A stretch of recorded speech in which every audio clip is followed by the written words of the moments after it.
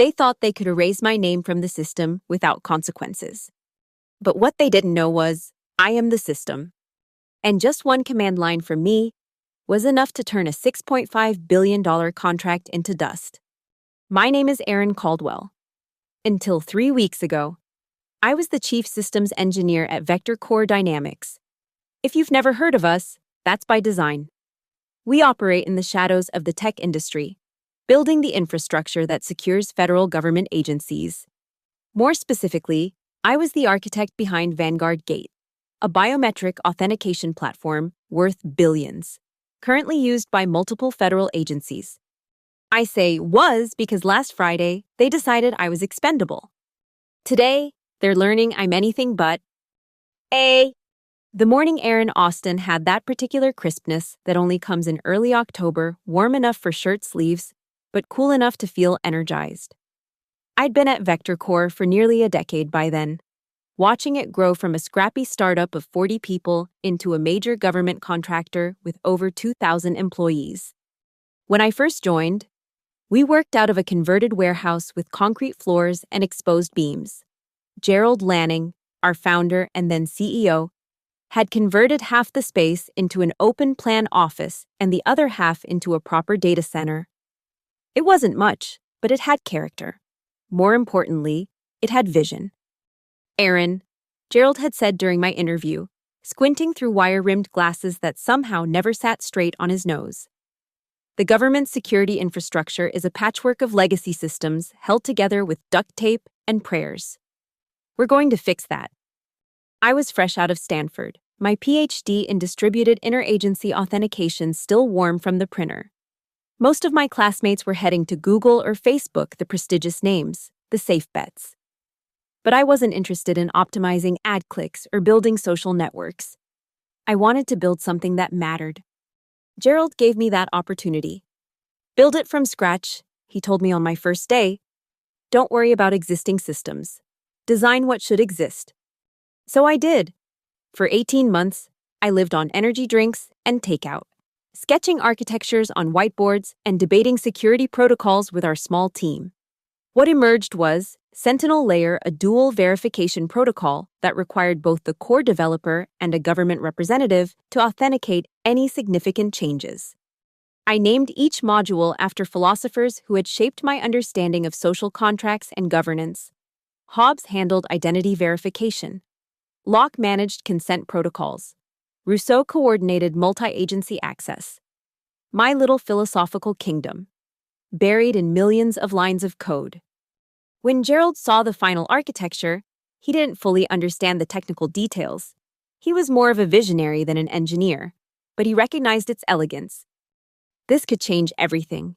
Aaron, he said, the Texas sunset painting his office in amber hues. This could be our ticket to the big leagues. He wasn't wrong. 3 years later, Vector Core was presenting Vanguard Gate to a panel of government officials in a windowless room in Arlington, Virginia.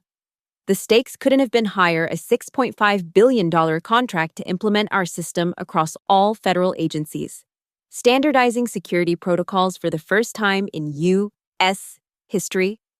I stood beside Gerald, walking the officials through the technical specifications while trying not to fidget in my uncomfortable blazer, the first one I'd ever owned, purchased specifically for this presentation. When we reached the section on system architecture, an older man with military posture, I later learned he was the Deputy Director of Cybersecurity for the Department of Homeland Security, raised his hand. Ms. Caldwell, this dual authentication protocol. It requires the system architect to approve structural changes.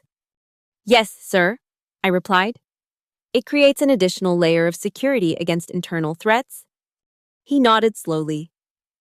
Then we need your name in the contract, specifically designated as the system architect with exclusive authorization powers. Gerald shifted uncomfortably beside me.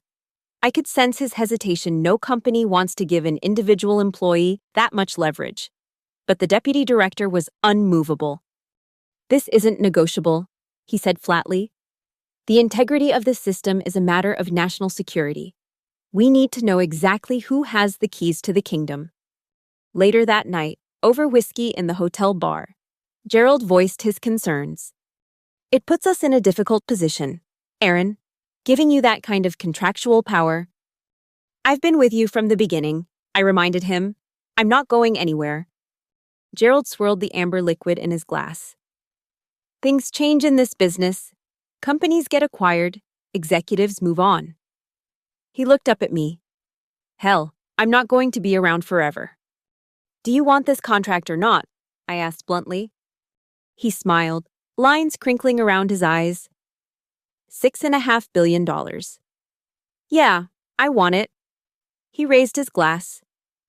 To the woman who built a system so good the government won't take it without her name attached. We clinked glasses, and I felt a surge of pride. What I didn't feel was the premonition I should have that Gerald's words about change would prove prophetic all too soon. For 5 years, Vector Core thrived. Vanguard Gate was deployed across 17 federal agencies, from the Department of Defense to the IRS. We expanded our offices, moving from the old warehouse to a gleaming glass tower in downtown Austin. My team grew from 7 engineers to nearly 100. I was happy. The work was challenging, the mission was important, and I felt valued.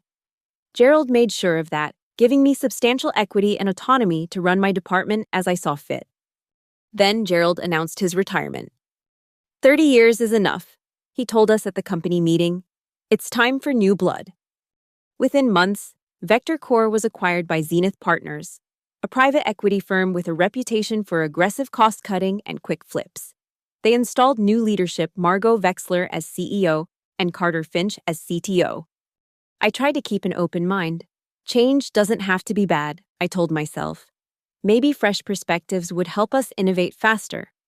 Margot was a former management consultant with a Harvard MBA and a wardrobe that probably cost more than my annual salary. She spoke in buzzwords and strategy frameworks, always referring to deliverables and KPIs. But beneath the corporate jargon, I sensed a sharp intelligence. She asked good questions and seemed genuinely interested in understanding our technology. Carter was another story. He had an undergraduate degree in computer science from a middling state school and an executive MBA. But his real qualification seemed to be his friendship with someone at Zenith. He'd been a product manager at a series of increasingly prominent tech companies, never staying anywhere longer than 2 years, never building anything lasting. Our first meeting set the tone for our relationship. Blockchain, he announced, striding into my office without knocking. We need to integrate blockchain into Vanguard. I looked up from my monitor, where I was debugging a particularly tricky authentication issue. Why? Because it's the future, he said, as if explaining something to a child. Decentralized, immutable, secure. The government will eat it up. Vanguard already has decentralized verification. I pointed out, that's what Sentinel Layer does. Adding blockchain would just add complexity without benefit. Carter leaned against my desk, invading my space. Look, Aaron, I know you built this thing, but technology moves on. We need to stay ahead of the curve. By adding trendy technologies that don't solve any actual problems, his smile tightened. By innovating, that's my job now to push this company forward. Gerald may have been content to let you run things your way, but I expect my team to embrace change. I should have seen the warning signs then. The way he said, my team, as if I worked for him rather than with him. The casual dismissal of Gerald's leadership style, the emphasis on appearances over substance. But I was still naive enough to believe that competence would win out in the end, that the integrity of our system and the government's reliance on it would protect me from corporate politics. I was wrong. For 6 months, I tried to make it work with the new leadership. I sat through endless strategy meetings where Carter would throw out buzzwords, machine learning, quantum encryption, AI-driven security without any understanding of what they actually meant in practice. I patiently explained why some of his ideas wouldn't work with our architecture and tried to guide him toward meaningful improvements we could make. Margot, for her part, seemed primarily concerned with financials, how to increase our margins, how to expand our contract, how to position for an IPO. The mission that had driven Gerald building truly secure systems that protected vital infrastructure seemed secondary now. Still, I persevered. Vanguard Gate was my creation, my responsibility. The government agencies using it trusted me to maintain its integrity. I wouldn't abandon that trust just because my new bosses were more concerned with quarterly earnings than cybersecurity. Then came that Friday in October. I was called into a meeting room to find Margot, Carter, and a woman I'd never seen before but immediately pegged as HR. There was also a man in a suit who didn't introduce himself but had the unmistakable aura of corporate legal. Aaron, Margot began with a practiced smile that didn't reach her eyes. Thank you for coming in. We wanted to talk to you about some organizational changes we're making. My stomach dropped. I'd been in the industry long enough to recognize a layoff conversation. We're restructuring the engineering department, she continued. As part of that restructuring, we're eliminating the chief systems engineer position. I sat very still, feeling a strange sense of calm descend over me. I see. This isn't a reflection on your performance. Carter jumped in, his voice oily with false concern. Your contribution to Vector Core has been invaluable, but we're moving toward a more distributed leadership model. Distributed leadership, I repeated. Interesting choice of words for a company whose main product relies on centralized authentication. Carter's smile flickered. The HR woman, Sandra, as she finally introduced herself, slid a folder across the table. We've prepared a generous severance package, 6 months salary, accelerated vesting of your equity, and comprehensive health coverage during the transition period. I didn't open the folder. Instead, I looked directly at Margot. The government contract specifically names me as the system architect. I'm the only one authorized to make structural changes to Vanguard Gate. That's just a legal technicality, Carter said dismissively. We've already transferred your access credentials to our senior engineering team. The transition will be seamless. I almost laughed. They thought it was that simple, that my role could be distributed among other engineers who hadn't built the system from the ground up, who didn't know its intricacies, its hidden safeguards. Carter, I said calmly, you can't just transfer my credentials. The Sentinel Layer protocol requires biometric verification from me personally for any significant system change. We've worked around that, he said, with the smug confidence of someone who doesn't understand what he doesn't understand. Our team has been analyzing your code for months. We found the back doors. Now I did laugh, a short, sharp sound that made Sandra flinch. There are no back doors. That's the entire point of the system. Everyone builds back doors, Carter insisted. No engineer wants to be locked out of their own creation. I stood up, leaving the severance folder untouched. I guess you'll find out if that's true. Aaron, Margot said sharply. I hope you're not threatening to sabotage government infrastructure. That would be a federal offense. I'm not threatening anything, I replied. I'm simply stating facts. Vanguard Gate was designed with certain security protocols. Those protocols can't be circumvented without my cooperation. I headed for the door, then paused. By the way, my personal effects, I'll have them shipped. I don't think it would be comfortable for anyone if I packed up my office now. We need your company laptop. The legal guy spoke for the first time. I unsung my bag and pulled out the MacBook Pro. It's encrypted. Of course, the password is "know what you did a Gerald," all one word, no spaces. It wasn't, of course, but the momentary flash of panic on Margot's face was worth the lie. As I walked out of Vector Core's glass headquarters for the last time, I felt a complex mixture of emotions, anger, certainly, betrayal, but also a strange sense of liberation. And underneath it all, a cold certainty about what would happen next. They thought they'd planned for every contingency. They thought they understood my system. They were about to discover just how wrong they were. I didn't go home immediately. Instead, I drove to Mozart's Coffee Roasters on Lake Austin Boulevard, my unofficial second office for years. The staff knew me by name and never minded if I occupied a corner table for hours, coding and sipping their excellent dark roast. I settled in with a fresh cup, opened my personal laptop, and contemplated my options. I hadn't lied to Margot and Carter about the system design. There were no traditional backdoors in Vanguard Gate. What there was, however, was a fail-safe I'd built into the core architecture not to bypass security, but to enhance it. If the system didn't receive my biometric verification, a specific sequence of keystrokes that matched my typing pattern, combined with a facial recognition scan within 30 days, it would enter what I called preservation mode. No data would be lost, but no new data could be added. Existing users could still authenticate, but no new users could be enrolled.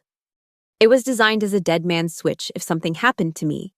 The system would essentially freeze in place until proper authentication protocols could be established.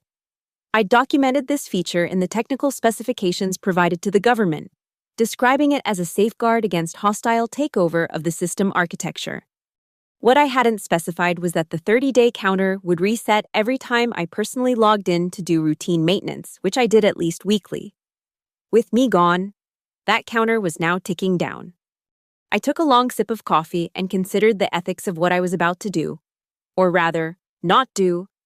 I wasn't planning to attack the system or inject malicious code. I was simply going to step aside. Let the security protocols I designed function as intended. Would government agencies be inconvenienced? Yes. Would Vector Core face a crisis? Absolutely. But no sensitive data would be compromised. No existing operations would fail.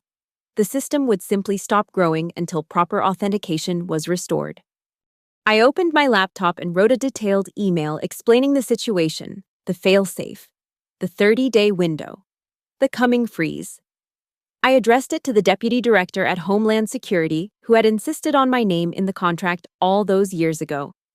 Then I saved it to drafts. I wouldn't send it yet. First, I'd give Vector Core a chance to realize their mistake and approach me properly. After all, I wasn't a vindictive person. I just believed in accountability. For the first 3 days, nothing happened. I used the time to decompress, sleeping late, taking long walks around Lady Bird Lake, catching up on reading that had nothing to do with cybersecurity. It was the first real break I'd taken in years. On day 4, my phone rang with an unfamiliar number. I let it go to voicemail. Aaron, this is Sandra from HR at Vector Core. There seem to be some technical questions that have come up during the transition. If you could call me back to discuss consulting arrangements, we would appreciate it. I didn't call back. 2 days later, another call, this time from Carter himself. Aaron, we seem to be having some issues with the Rousseau module. The team is working on it, but we thought you might be able to point us in the right direction. We'd be happy to bring you on as a consultant, say, $1,000 an hour. I texted back a single word, pass. By the end of the first week, I could imagine the growing panic at Vector Core. The 30-day counter was now down to 23, and they would be seeing the first warning messages in the system logs. Nothing alarming yet, just notifications that the primary architect authentication was pending. On day 10, the first real consequences would have appeared. New user enrollment would start throwing errors not failing outright, but requiring multiple attempts and generating stability warnings. That's when the serious calls began. Ms. Caldwell, this is Margot Vexler. I think we need to discuss your return to Vector Core. There seems to have been a misunderstanding about your role. We're prepared to offer you a position as Chief Security Advisor, reporting directly to me. With a substantial increase in compensation, I let that one go to voicemail too. 2 hours later, my personal email pinged with an official offer letter my old title restored. A 50% salary increase, a new equity package, and a signing bonus that made my eyes widen. They were getting desperate. But it wasn't about the money. It never had been. I drafted a response but didn't send it. You didn't value my expertise until you realized you couldn't function without it. That's not a foundation for a healthy professional relationship. Instead, I continued my silence. Let them sweat. By day 15, the calls were coming from numbers with Washington, D-C, area codes. I ignored those too. Not because I didn't care about the government agencies affected, but because I knew they weren't yet experiencing critical failures, just inconveniences. and sometimes inconvenience is necessary to expose systemic problems. On day 18, I received a text from a number I did recognize, Talia Rodriguez, my former lead DevOps engineer and one of the few people at Vector Core I genuinely considered a friend. Whatever you're doing, they're losing their minds. Carter's about to be fired. 3 emergency board meetings in the past week. Also, I quit yesterday. Coffee sometime. I smiled and texted back, Mozart's, tomorrow, 2 p.m. It was time to move to the next phase. Talia looked exhausted but relieved when she slid into the chair across from me at Mozart's. Her curly hair was pulled back in a messy bun, and she'd swapped her usual Vector Core logoed hoodie for a plain black sweater. You magnificent bastard, she said by way of greeting. What did you do to them? I didn't do anything, I replied, sliding a latte toward her. That's rather the point. She took a grateful sip. Well, your non-action has created total chaos. The Vanguard system is starting to lock up. Carter's team has been working around the clock trying to find a workaround. They even brought in some hotshot security consultant from Israel, cost them a fortune. From what I heard. And Talia grinned, and he told them the system architecture was elegantly secure, and that trying to bypass the authentication protocols would likely trigger even stricter lockdown measures. I couldn't help feeling a flush of professional pride. He's right. The government liaisons are freaking out. There's talk that they might pull the contract if this isn't resolved soon. She leaned forward. So, what's your play here? Aaron hold out for a better severance package. I shook my head. I'm not going back to Vector Core. Then what, you're just going to let Vanguard collapse? No, I said, opening my laptop and turning it toward her. I'm going to build something better. On the screen was a business registration for Caldwell Security Systems, LLC, dated 3 days after my termination from Vector Core. Talia's eyes widened. You're starting a competing company. Isn't there some non-compete clause in your contract? There was, I acknowledged, but it specifically prevented me from working on biometric authentication systems for government agencies while employed by Vector Core, since they terminated my employment. The clause is void, Talia finished, a slow smile spreading across her face. Damn, they really didn't think this through. No, they didn't. I took a sip of my coffee. And now I'm looking to build a team, a small one, focused on quality rather than growth. People who understand that security isn't just about technology, it's about ethics, responsibility, and distributed trust. Talia studied me for a long moment. You want me? I want the best DevOps engineer I know who shares my values. That happens to be you. I slid a folded paper across the table. This is what I can offer right now. It's not Vector Core money, but there's significant equity. She didn't even look at the paper. I'm in. Don't you want to know the details? She shook her head. I've worked with you for 6 years. Aaron, I trust you more than any ping-pong table and free snacks corporate bullshit. Besides, she added with a grin, watching you take down Carter and Margot is worth a temporary pay cut. I'm not trying to take anyone down, I clarified. I'm just creating consequences for bad decisions. Call it what you want, Talia said, raising her cup in a toast. I call it justice. Over the next week, Caldwell Security Systems took shape. I leased a small office space in East Austin, nothing fancy, just functional. With Talia's help, I reached out to a select group of former Vector Core engineers who had either left or been laid off during the Zenith Partners era. By day 25 of the Vanguard countdown, I had a core team of 7 small, but extremely capable. I was transparent with them about what was happening with Vanguard Gate and my role in it. Some might have considered it risky to admit to essentially holding a government system hostage, but I needed a team that understood both the technical and ethical dimensions of what we were building. The problem with Vanguard, I explained during our first all-hands meeting, wasn't the technology. The technology works. The problem was centralization of control under a corporate entity that prioritized profit over security. I sketched on the whiteboard as I spoke a new architecture, building on Vanguard's foundations, but with crucial differences. What we're going to build is a system with distributed authentication. No single point of failure, no single authority. A true consensus model where multiple stakeholders must agree to any significant change, including the government agencies themselves, added Marcus, a security specialist who'd been with me almost from the beginning at Vector Core.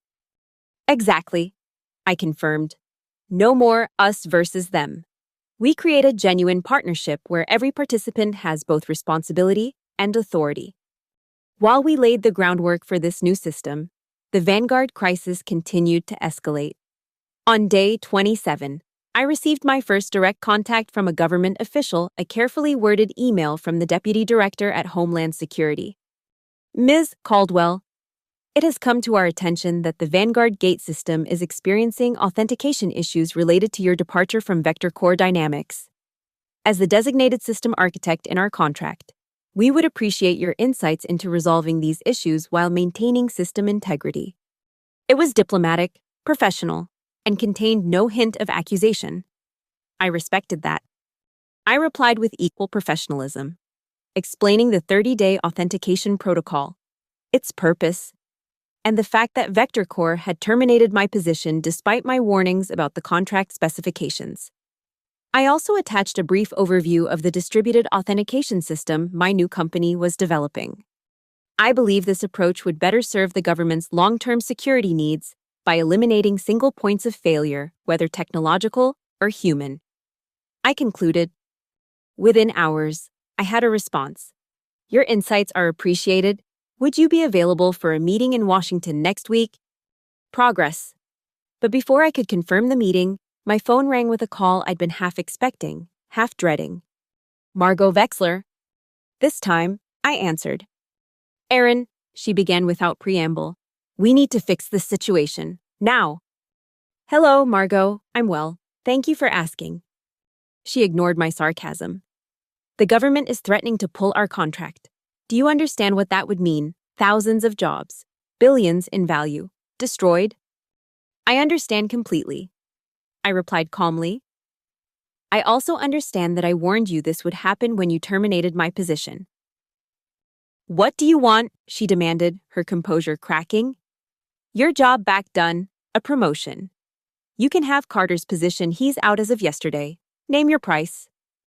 It's not about price, Margot, it's about trust and responsibility.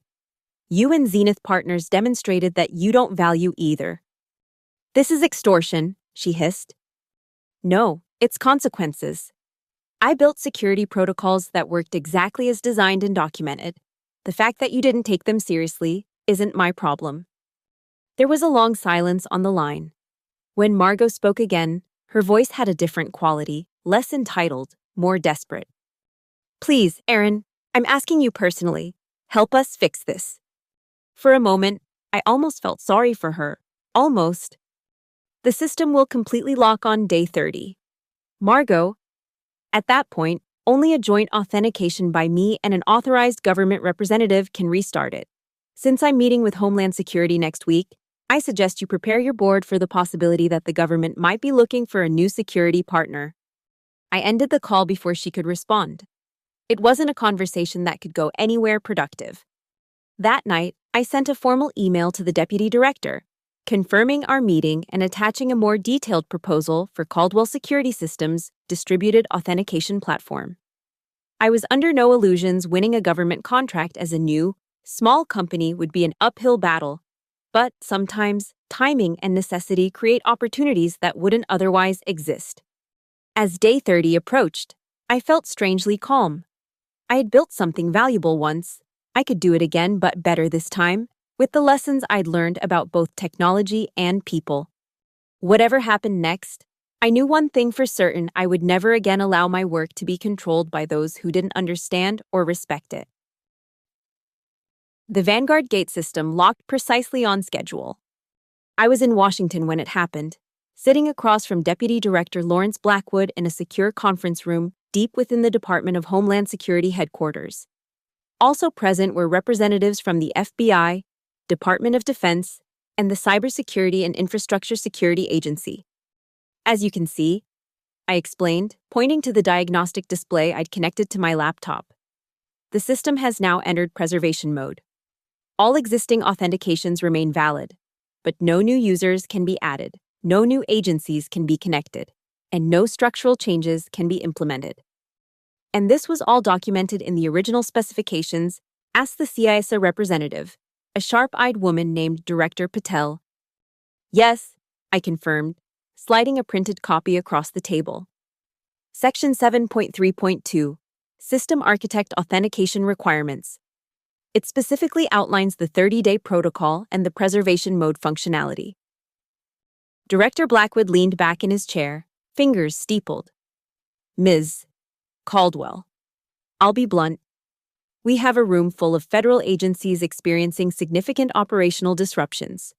Vector Core is threatening legal action against you, and you're sitting here calmly walking us through a security protocol that has effectively frozen a multi-billion-dollar system.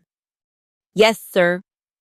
Why shouldn't we join Vector Core in pursuing remedies against you for this disruption? I met his gaze steadily. Because I didn't cause the disruption, sir. Vector Core did, by removing the designated system architect specified in their contract with you. I'm simply the person who can help fix it. A thin smile crossed his face. And you just happen to have a new company offering an alternative solution. I believe in being prepared, I replied, and in learning from mistakes both mine and others. Director Patel cleared her throat. What exactly are you proposing, Ms. Caldwell? I opened my presentation file. A two-phase approach. First, I'll work with your technical teams to restore Vanguard Gate to full functionality, which requires my authentication but can be completed within 48 hours. This gives you operational continuity. I clicked to the next slide. Second, I propose a 6-month transition to a new authentication framework based on distributed consensus rather than centralized control. My company has developed the core architecture, but we would implement it in partnership with your agencies, incorporating your security requirements from the ground up. And the cost? Asked the DoD representative, speaking for the first time. Less than your current contract with Vector Core, I said. We're smaller, more efficient, and not answering to private equity demands for 30% year-over-year growth. Director Blackwood studied me thoughtfully. You've put us in a difficult position, Ms. Caldwell.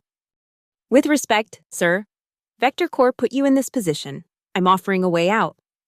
He nodded slowly. Let's talk about the details of this restoration process. Then we can discuss your longer-term proposal. For the next 3 hours, we went through the technical specifications of both the immediate fix and my new distributed authentication system. The questions were tough, probing, exactly what I would expect from top government security officials. I didn't try to oversell or gloss over potential challenges. Transparency was the foundation of the trust I needed to build. By the end of the meeting, we had a framework agreement I would restore Vanguard Gate to full functionality, then work as a security consultant while the government evaluated Caldwell Security Systems' proposal against other potential vendors, including a chastened Vector Core, if they chose to bid. It wasn't a guaranteed contract, but it was a fair process. That's all I had asked for. As I packed up my laptop, Director Blackwood held me back while the others filed out. Off the record, Ms. Caldwell, he said quietly. That was either the most brilliant or the most reckless career move I've ever witnessed. I smiled. Sometimes the line between brilliant and reckless is only visible in retrospect, sir. Indeed. He extended his hand. I look forward to seeing which side of the line this falls on. The news hit the technology press the next day. Government freezes Vector Core contract after security system failure. The article didn't mention me by name, but industry insiders could read between the lines. Vector Core's stock dropped 17% in a single day. By the end of the week, Margot Wexler had resigned as CEO. Zenith Partners issued a statement about reassessing strategic directions for the company, corporate speak for, "We're trying to stop the bleeding." I didn't take any pleasure in their pain. Corporate politics and profit-driven decision-making had consequences that was simply reality. My focus was on building something better. True to my word, I worked with the government technical teams to restore Vanguard Gate to full functionality. It took just 36 hours, most of which was spent carefully documenting the process so that the agencies understood exactly how the system worked. Transparency builds trust, and trust was my most valuable currency now. Meanwhile, Caldwell Security Systems continued to grow slowly and deliberately. We hired selectively, focusing on engineers who shared our values of security, ethics, and distributed responsibility. Talia built a DevOps infrastructure that was a model of efficiency. Marcus developed training protocols for government technical staff that demystified the security architecture. 3 months after the Vanguard crisis, we submitted our formal bid for the new government authentication contract. The proposed system, which we called Consensus, built on Vanguard's foundations but eliminated its critical vulnerabilities, particularly the dependence on a single system architect. 2 weeks later, we were invited to present our proposal to an expanded panel of government officials. Vector Corps, now under interim leadership, was also on the schedule, a sign that they weren't out of the running yet. The night before our presentation, I couldn't sleep. I sat on the balcony of my hotel room in Arlington, watching the lights of Didi Sea across the river and contemplating how much had changed in just a few months. My phone buzzed with a text from Talia. "We've got this. Get some sleep, boss." I smiled and texted back, "Yes, ma'am." She was right. We had built something solid, something worthy. Not just a technology, but a company with values and a vision. Whatever happened tomorrow, that achievement couldn't be taken away. The next morning, our presentation went smoothly.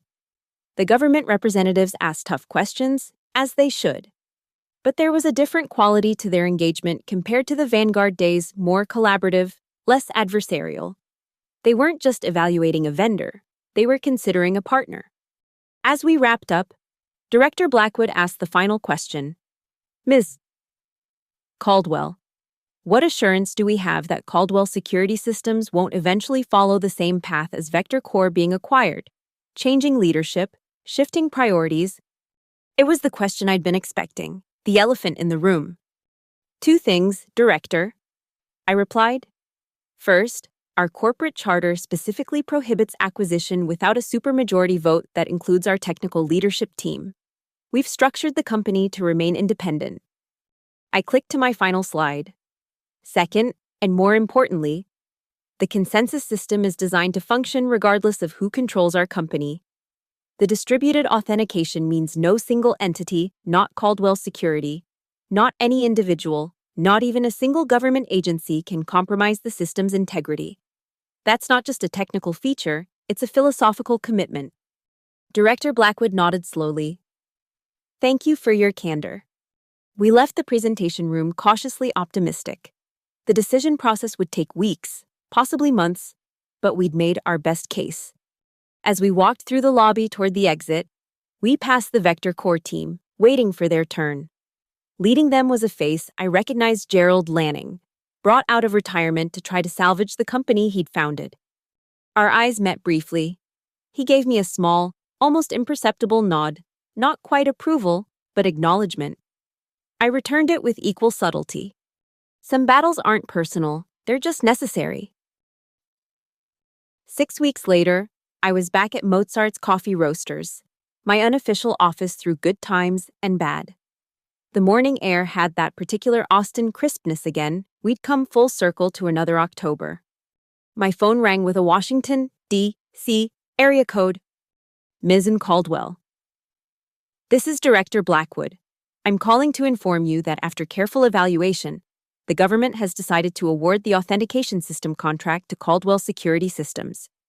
I closed my eyes briefly, absorbing the news. "Thank you, Director. We appreciate your confidence in our approach. The contract value is $2.9 billion, over 5 years," he continued. "Significantly less than the Vector Corps agreement, as you projected." "Quality security doesn't have to be overpriced," I said. "We can deliver more value with less overhead." Indeed. There was a pause. I should mention that Vector Corps made a competitive bid. Gerald Lanning presented a compelling case for giving them another chance. I'm sure he did. Gerald built a good company once. He could do it again. Perhaps, Blackwood said noncommittally. But our technical evaluation team was ultimately more convinced by your distributed consensus model. It aligns better with our long-term security strategy. After completing the call, I sat for a long moment, watching the sunlight play on the surface of Lake Austin. This was what victory felt like, not triumph over adversaries, but validation of principles. I texted Talia, "We got it, call the team." Within an hour, our small office was buzzing with excitement. I kept the celebration brief. We had work to do, contracts to review, timelines to establish. But I made sure everyone understood what we had achieved and the responsibility that came with it. This isn't just a business win. I told them, this is an opportunity to demonstrate a better way to approach security technically and ethically. We're not just building software, we're building trust. 3 months later, the first phase of Consensus was deployed across 5 federal agencies. The rollout wasn't perfect, no complex system implementation ever is, but the problems were addressed transparently and collaboratively. Our government partners weren't just clients, they were active participants in the process. As our first year of operations drew to a close, I was invited to speak at the National Security Technology Conference in Washington, a prestigious forum for government and private sector security professionals. My topic: distributed trust, the future of authentication.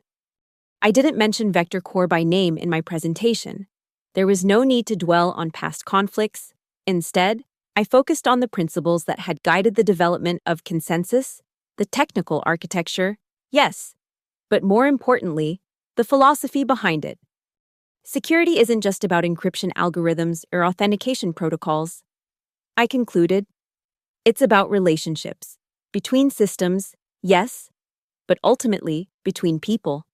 Technology can enable trust, but it can't create it. That's our job as humans. After the presentation, Gerald Lanning approached me at the reception. He looked older than when I'd last seen him before his retirement, but there was still that characteristic intensity in his eyes.